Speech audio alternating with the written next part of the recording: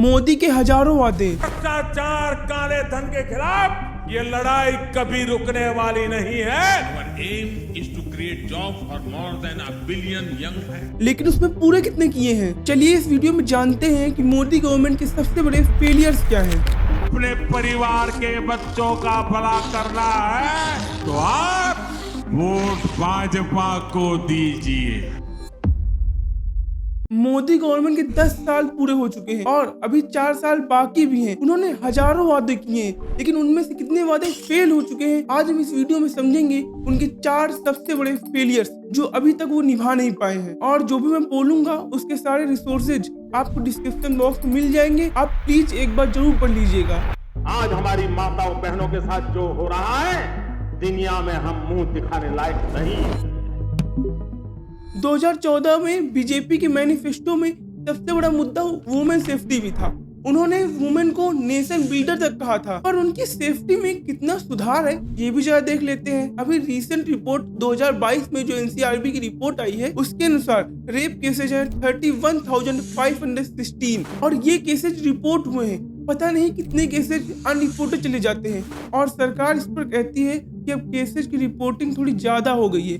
लेकिन ये बात कहना कितना सही है कितना गलत है ये बहुत मुश्किल है, क्योंकि कभी कभी हमें ऐसी न्यूज सुनने को मिलती है कि 17 साल की लड़की का गैंगरेप होता है और उसके बाद जब उसके फादर साहब उसका रिपोर्टिंग कराने जाते हैं तो पुलिस वाला उन पे ही चिल्लाने लगता है कि तुमने अपनी लड़की को बाहर क्यों जाने दिया। चलिए अगर केसेज रिपोर्ट होते हैं तो कन्विक्शन रेट कितना है पहले इसे हम ग्लोबल लेवल पे देख लेते हैं, फिर इंडिया लेवल पे आते हैं। रेप केसेज की कन्विक्शन ब्रिटेन में 63% और वही कनाडा में 42%, लेकिन वही इंडिया में सिर्फ 27 से 28% है। इसका रीजन यह है कि जो कन्विक्टेड पर्सन होता है या तो बहुत ज्यादा पावरफुल होता है और वो अपनी मसल पावर का यूज करके अपने आप को उस केस से निकाल लेता है, और इसका दूसरा रीजन है जुडिशरी का वीक होना। हमारे यहाँ जजों की भी कमी है। The court today raised serious concerns about the shortage of judges in district courts, which is causing delays in trials. हमारे यहाँ जो स्टैंडर्ड लेवल है 50 जज पर मिलियन, उससे भी कम 15 जज पर मिलियन हमारे इंडिया में है। जज की शॉर्टेज की वजह से हमारे अभी कोर्ट में 2.4 लाख रेप और पॉस्को के केस पेंडिंग में पड़े हुए हैं। इसकी वजह से जस्टिस मिलने में 27 साल लग जाते हैं और कुछ लोगों को मिलता ही नहीं है, जिससे विक्टिम सुसाइड कर लेता है। इतना सब देखकर हमारे मिनिस्टर्स को वुमेन सेफ्टी पे लॉ बनाना चाहिए, लेकिन हम उनसे वुमेन सेफ्टी की क्या ही बात करेंगे जिनके ऊपर खुद क्राइम अगेंस्ट वुमेन और रेप केसेस चल रहे हो। जैसी हालत लड़कियों की 10 साल पहले थी उतनी ही आज ही है। आज भी वो घर से निकलने से पहले डरती हैं और किसी आदमी को उनके साथ जाना पड़ता है। पर इसमें क्या सारी गलती मोदी जी की है? नहीं। जिस देश में सबसे हेनस क्राइम आरजी का रेप केस के विक्टिम का गैंग रेप का वीडियो कौन साइट पे सर्च किया जाए, उस देश में वुमेन सेफ्टी एक मजाक ही है। जिस कंट्री में रहते हैं वहाँ ऐसे लोग भी रहते हैं जो रेप का रीजन खुद वुमेन को मानते हैं। जो कपड़े पहनते हैं वो कपड़े अच्छी तरह से नहीं पहनते हैं और लड़के लोग को एकदम अच्छा अचानक बेकार दिखता है। ऐसा उनको जो अंदर का ज्वालामुखी निकल आता है वो ऐसे रेप हो जाता है। जब भाजपा आती है तो भ्रष्टाचार भागता है। पीएम केयर्स फंड में 10,990 करोड़ रुपए कोविड-19 में कलेक्ट हुए, लेकिन वो कहाँ गए किसी को पता नहीं है। इलेक्टोरल बॉन्ड स्कैम जिसको 2024 में सुप्रीम कोर्ट ने खुद अनकॉन्स्टिट्यूशनल कह दिया।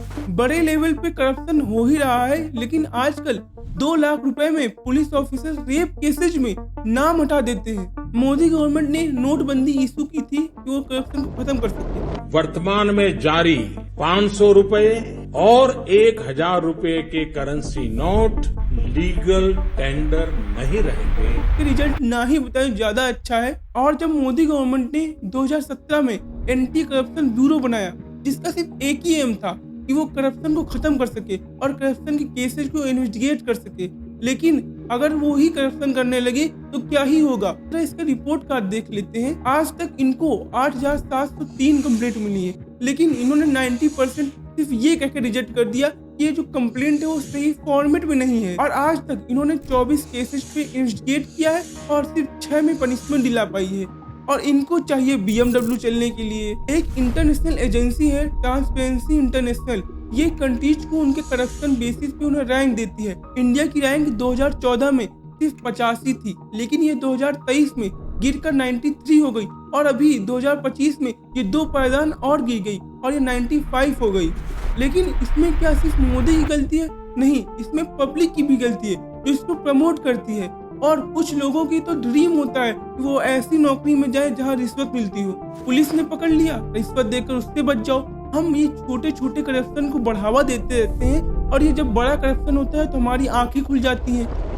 भारत में बहुत बड़ी संख्या में स्किल डेवलपमेंट और रोजगार ये हमारी जरूरत है।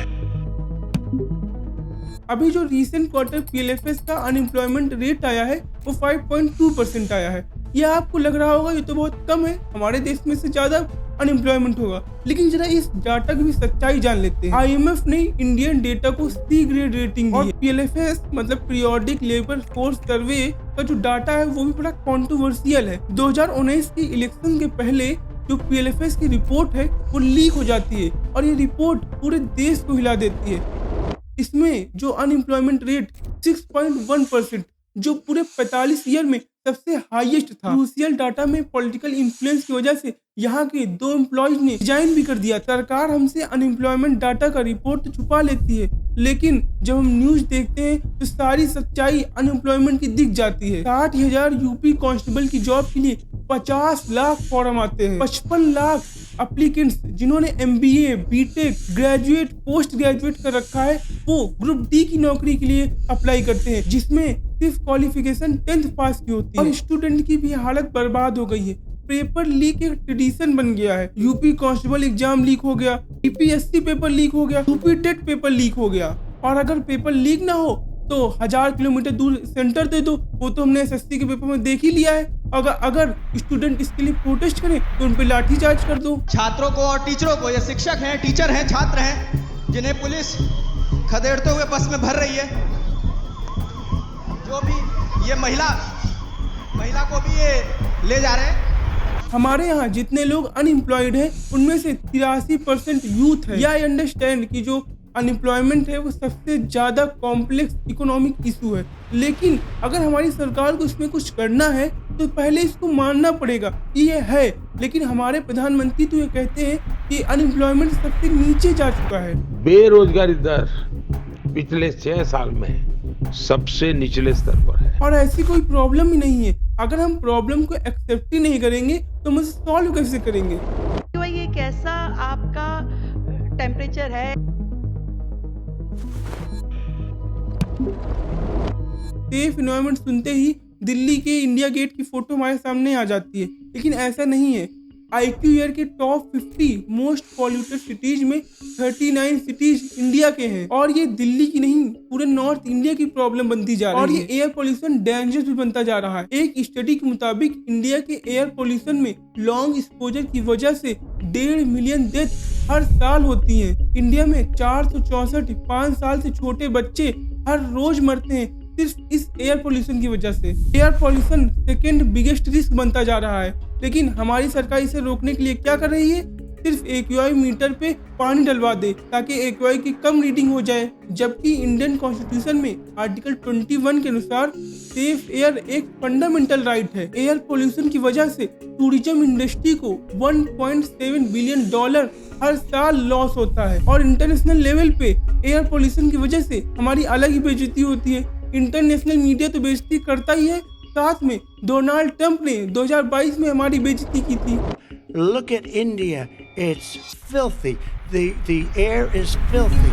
और इस एयर पोल्यूशन का सबसे ज्यादा इफेक्ट हमारे माइग्रेशन पे होता है। दिल्ली प्राइवेट माइग्रेशन रिपोर्ट 2025 के मुताबिक इंडिया टॉप 5 कंट्रीज में आता है, जिसके जो सबसे अमीर लोग हैं वो ज्यादा से ज्यादा इंटरनेशनल माइग्रेट करते हैं। इंडिया की वेल्थ इंडिया से बाहर जा रही है। टैलेंटेड लड़के इंडिया में होते हैं, लेकिन बढ़ता अमेरिका है। आजादी के समय था दिल्ली चलो, आज हो गया है दिल्ली से भागो। पर ब्लेम गेम और डाटा मैनिपुलेशन के अलावा सरकार ने किया क्या है?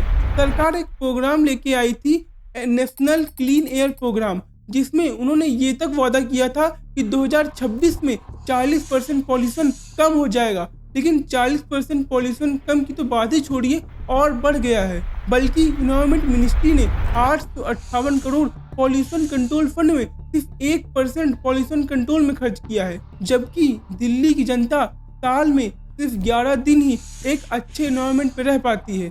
सेंट्रल में बीजेपी की सरकार आए हुए 11 साल हो गए और पॉल्यूशन लेवल उतना ही है।